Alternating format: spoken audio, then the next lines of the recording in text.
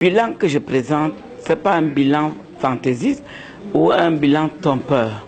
Nous avons réalisé notre bijou de l'hôtel de ville. Nous sommes au 4e étage en ce moment.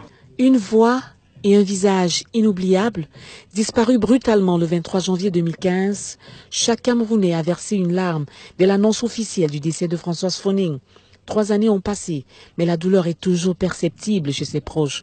Bertrand Tanqueux, un de ses bras droits, verse encore une larme lorsqu'il nous aperçoit à sa porte.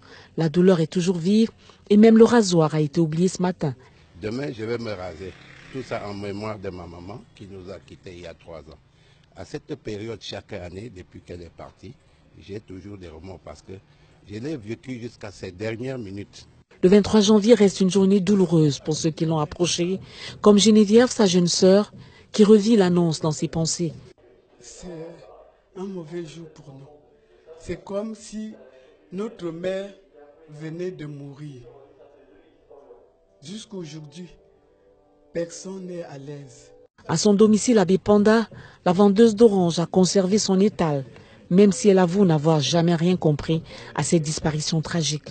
On va la pleurer 100 ans. Moi, je pleure nuit et jour. Maman, qu'elle revienne.